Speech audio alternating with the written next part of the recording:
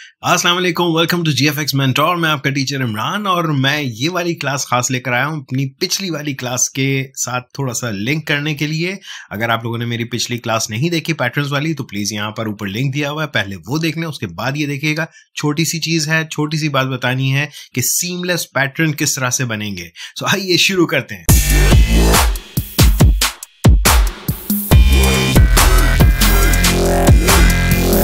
Alright, welcome back. सो सबसे पहले तो ये मैं बता दूं कि ये एक इमेज मैंने वहीं गूगल से डाउनलोड किया हुआ है और ये कंक्रीट यानी सीमेंट का टेक्सचर है, राइट। अगर आप जूम करके देखें तो आपको अंदाजा हो रहा होगा और ये बहुत बड़ा सा इमेज है। सो अगर इसका साइज मैं आपको बता दूं तो ये तकरीबन 3000 से अबव पिक्सल्स का है। Now, मुझे क्या करना है कि मुझे इस इमेज में से एक सीमलेस पैटर्न बनाना है। अच्छा, सीमलेस पैटर्न वो होता है जिसमें आपको जोड़ ना नजर आए, ठीक है। सो सबसे पहले तो मैं इसमें से कुछ पार्ट सेलेक्ट कर रहा हूँ।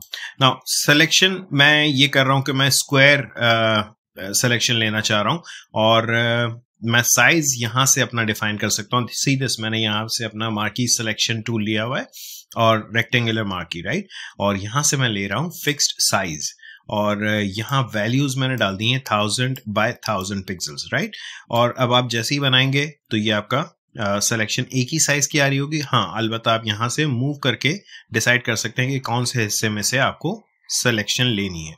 सो मैं यहाँ से तकरीबन ले रहा हूँ और इसको मैं कर रहा हूँ कॉपी और न्यू इमेज पे जाकर मैं पेस्ट कर रहा हूँ। जैसे मैंने कॉपी किया तो न्यू इमेज भी आपका क्लिपबोर्ड के साइज का ही आएगा।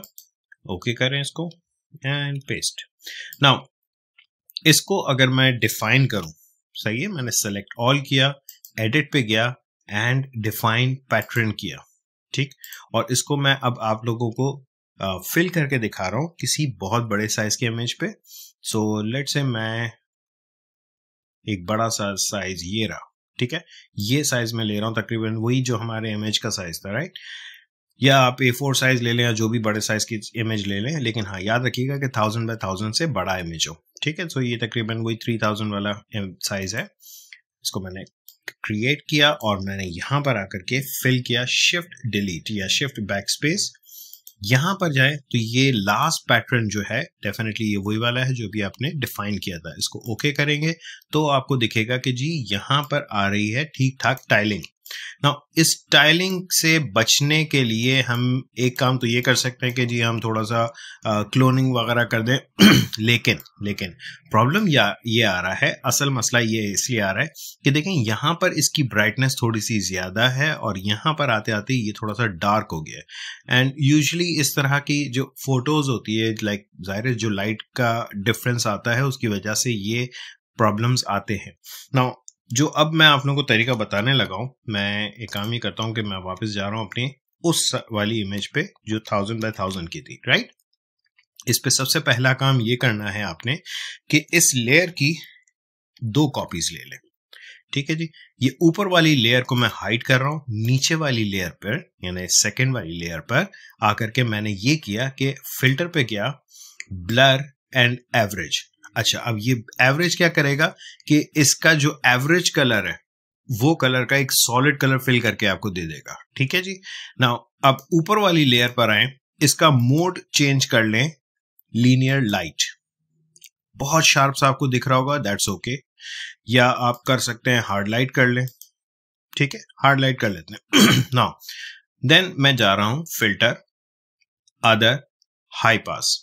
अच्छा, हाई पास फिल्टर ये करेगा कि देखें अगर मैं बिल्कुल जीरो पर रहूं तो ये आपको नीचे वाली ही लेयर दिखा रहा होगा। जैसे जैसे मैं आगे बढ़ता जाऊंगा ये इसकी डिटेल निकालता जाएगा। लेकिन एक बात याद रखिएगा, अगर आपने बिल्कुल फुल कर दिया तो वही सारी चीजें जैसे नीचे लाइट एंड डार्क का इश्यू था वो आता रहेगा।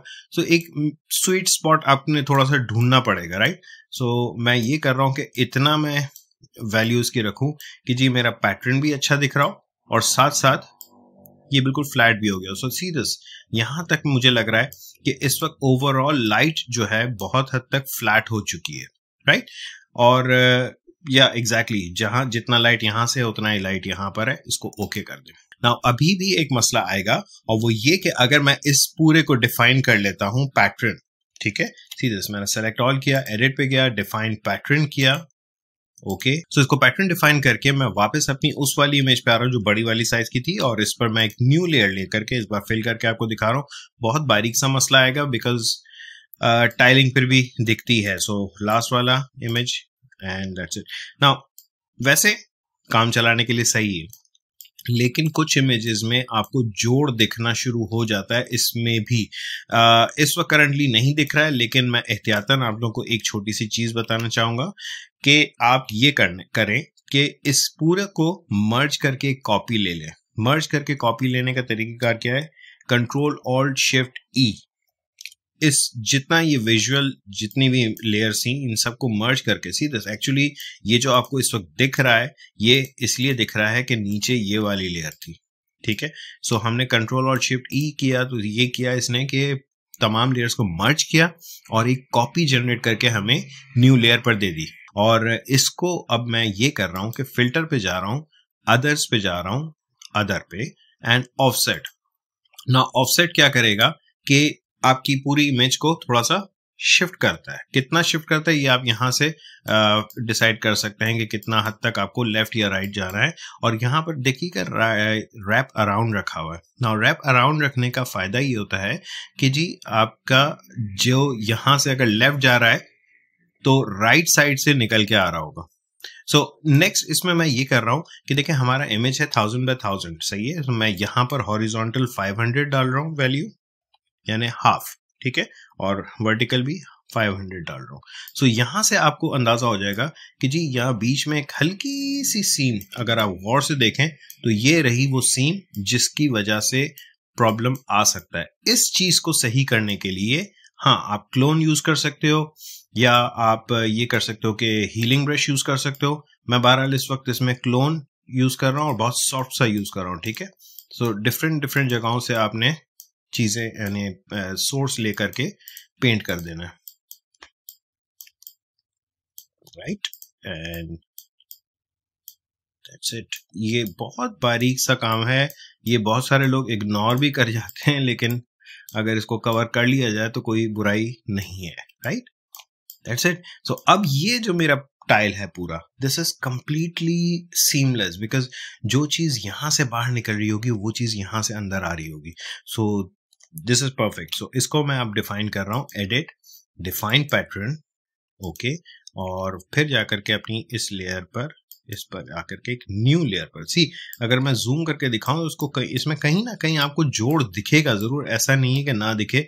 इस वक्त हम करंटली ये रहे देखें, दिस इज द सीम, ये पिछला वाला है, ठीक है। और अब जो मैं नया वाला फिल करने लगा हूं, देखिएगा मैं इसको जूम करके ही रख रहा हूं, shift back space and this, इसको ओके करें एंड वी आर डन। यहाँ अभी भी थोड़ा सा रहा हुआ है, वो शायद मैंने क्लोन प्रॉपर्ली नहीं किया था, बट सीरियसली ये बहुत हद तक आपको इतना सीमलेस पैटर्न दे रहा है कि मजा आ जाएगा आपको काम करने में। बहरहाल ये क्यों हम कर रहे हैं, क्यों काम आएगा, जैसे मैंने कहा था अगली क्लास के लिए बहुत ज्यादा तैयारी करवा रहा हूं मैं आप लोगों को। एंड अच्छा, इस तरह से अगर आप किसी और चीज का पैटर्न करना चाह रहे हैं, फॉर एग्जाम्पल कपड़े का फैब्रिक या आप लेदर का, सो उसके लिए मैं सजेस्ट करूंगा कि अगर तो आपको बहुत फ्लैट तस्वीर मिलती है जिसमें लाइट्स बिल्कुल इवन हो तो सही है, अदरवाइज आप खुद कर सकते हैं। अगर आपके पास स्कैनर है, स्कैनर पे कपड़ा रख लें, बिल्कुल फ्लैट रखिएगा। लेदर है, लेदर रख लें, उसको स्कैन कर लें। उसमें फायदा ये होता है कि इवनली लाइट पूरी आती है, राइट। सो वो चीज आप उठा करके यहाँ ऑफसेट करके एडजस्ट कर सकते हैं। सो आई होप आप लोगों को ये छोटी सी चीज़ समझ में आई होगी। अगर समझ में आई तो प्लीज़ लाइक करें और सब्सक्राइब करें और शेयर करें यार। Thank you.